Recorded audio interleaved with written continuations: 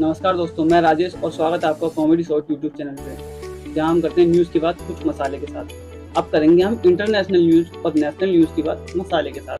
तो पहली न्यूज़ है यूसीसी से, मतलब uniform civil code. Uniform civil code सबों को एकमात्र ऐसा कानून है जो बराबर का अधिकार देता है। जैसे कि हिंदू धर्म में हिंदू मैरिट एक्ट के हिसाब से शादी होती है और मुस्लिम धर्म में मुस्लिम मैरिट एक्ट के हिसाब से शादी होती है। अगर यूनिफॉर्म सिविल कोड लागू हो जाता है तो सभी की शादी एक तरीके से होगी, जो कि यूनिफॉर्म सिविल कोड के कानून के हिसाब से होगी। तलाक भी उसी हिसाब से होगा और शादी भी उसी हिसाब से होगी। जिस तरीके से अभी मुसलमानों में कबूल है बोल के शादी हो जाती है, हिंदुओं में टीका मंदिर संदिर सब करके शादी हो जाती है। हो सकता है कुछ अलग तरीके के नियम आ जाए, शादी करने के नियम यही हो लेकिन तलाक के नियम कुछ अलग आ जाए। दिल्ली सुप्रीम हाई कोर्ट का फैसला 1985 को जब आया था तो उस फैसले में यह कहा गया था कि यूनिफॉर्म सिविल कोड आर्टिकल 44 में दिया गया है कि यूनिफॉर्म सिविल कोड इंडिया में लागू होना चाहिए।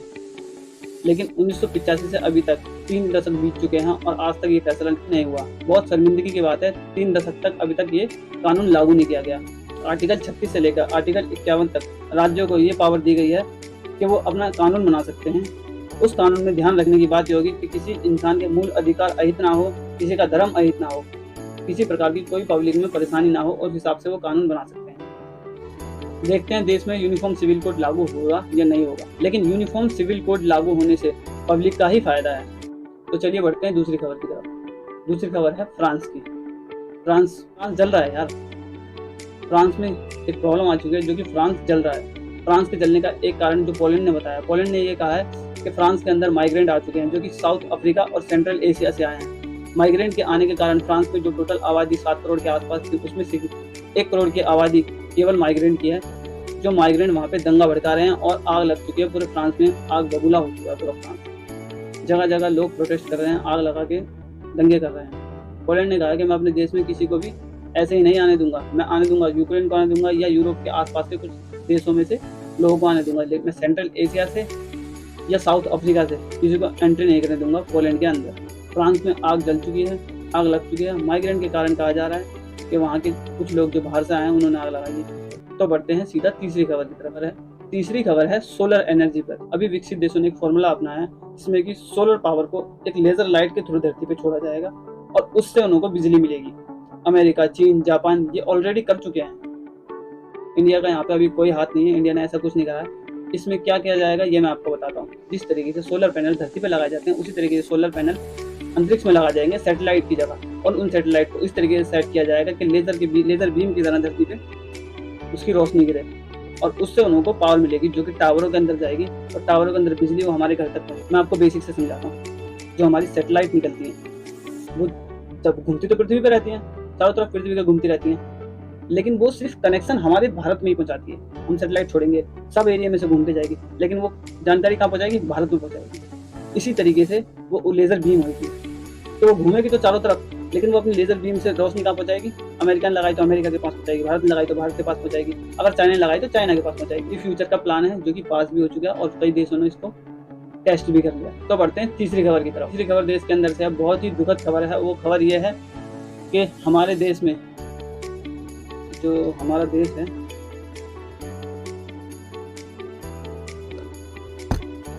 कि हमारे देश में टमाटर की कीमत आसमान छू चुकी है। आसमान छूने का सिर्फ एक ही कारण है कि टमाटर की खेती कई जगह बर्बाद हो चुकी है।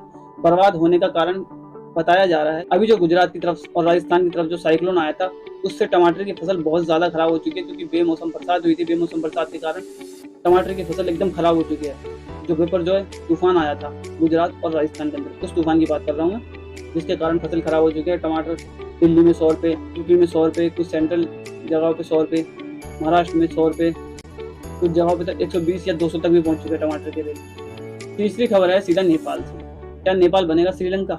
जी हाँ, जो श्रीलंका ने चाइना से कर्जा लिया था जिसके कारण वो आज दिवालिया हो चुका है, वही काम नेपाल ने करा। नेपाल ने अपना पोखरन एयरपोर्ट चाइना को बनाने के लिए दिया था, उससे चाइना से ही कर्जा लेता है। जिस तरीके से हर बार चाइना फंसाता है कि पहले मुझसे कर्जा लो फिर मेरी कंपनी से अपने पास निर्माण करवाओ और मेरे को मेरा पैसा वापस दो। चाइना हर बार ये करता है, तो उसने इस बार नेपाल के साथ ये किया है। उसने नेपाल के साथ एक एग्रीमेंट साइन करा 2017 में, 2016 से 17 के बीच में एक एग्रीमेंट साइन करा, जिस एग्रीमेंट में ये कहा कि अब जो तुम्हारी सिविल अथॉरिटी है, सिविल एविएशन अथॉरिटी मतलब जो हवाई जहाज की अथॉरिटी है, उनमें आप अपने तीनों के तीनों इंटरनेशनल एयरपोर्ट का रेवेन्यू मुझे दे दो जब तक मेरा कर्जा पूरा नहीं होता। तो नेपाल के जो मंत्री हैं उन्होंने कहा कि मैं तीनों एयरपोर्ट का कर्जा तो नहीं दे सकता, पोखरान एयरपोर्ट बना रहे हो, उससे जो भी कमाई होगी उसमें से तुम कर्जा अपना चुका लेना।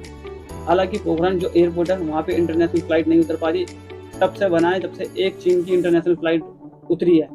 हालांकि जो नेपाल के प्रधानमंत्री हैं वो भारत के पास आए भी थे, उन्होंने कहा था कि हमारे एयरपोर्ट पे अपना प्लेन लैंड कराओ, इंटरनेशनल फ्लाइट लैंड कराओ, ताकि हमारा टूरिज्म बढ़े, जिससे हमारी कमाई बढ़े और हम चीन का कर्जा उतार सकें। तो भारत को उनकी मदद करनी चाहिए या नहीं करनी चाहिए, आप कमेंट में ज़रूर बताइएगा। हालांकि चीन ये कह चुका है कि जो हमने साइन करा था वो बेल्ट एंड रोड इनिशिएटिव के अंडर आ चुका है, पोखरान का जो एयरपोर्ट है। इससे भारत को बहुत नुकसान होगा, चाइना को इससे बहुत फायदा होगा। चाइना ने पहले कह दिया है कि हम इसको अपने फायदे के लिए यूज करेंगे। तो नेपाल की सिविल एविएशन अथॉरिटी है, उससे नेपाल ने पहले एक साइन करा लिया। उस साइन में ये कहा गया कि जो भी कमाई होगी वो हमारे बैंकों में जाएगी, उस बैंकों से जो भी कुछ लेना होगा वो आपको, मतलब इसके ऊपर पैसे को कंट्रोल हमारा रहेगा, बाकी एयरपोर्ट तुम्हारा है। कुछ इस तरीके से उन्होंने साइन करा। अगर वीडियो पसंद आई हो तो वीडियो को लाइक कर दीजिए, चैनल को सब्सक्राइब कर दीजिएगा। यार बड़ी मेहनत से वीडियो बनाते हैं, ये रात को वीडियो बना रहा हूँ मैं, जब सब सो चुके हैं तब मैं आपके लिए वीडियो बना रहा हूँ। तो वीडियो पसंद आई हो तो यार मतलब बहुत ज़्यादा लाइक कीजिएगा और शेयर कर दीजिएगा सबको ऐसी इंटरनेशनल और नेशनल खबर मिलनी बहुत ज़रूरी है। तब तक के लिए बाय बाय, जय हिंद।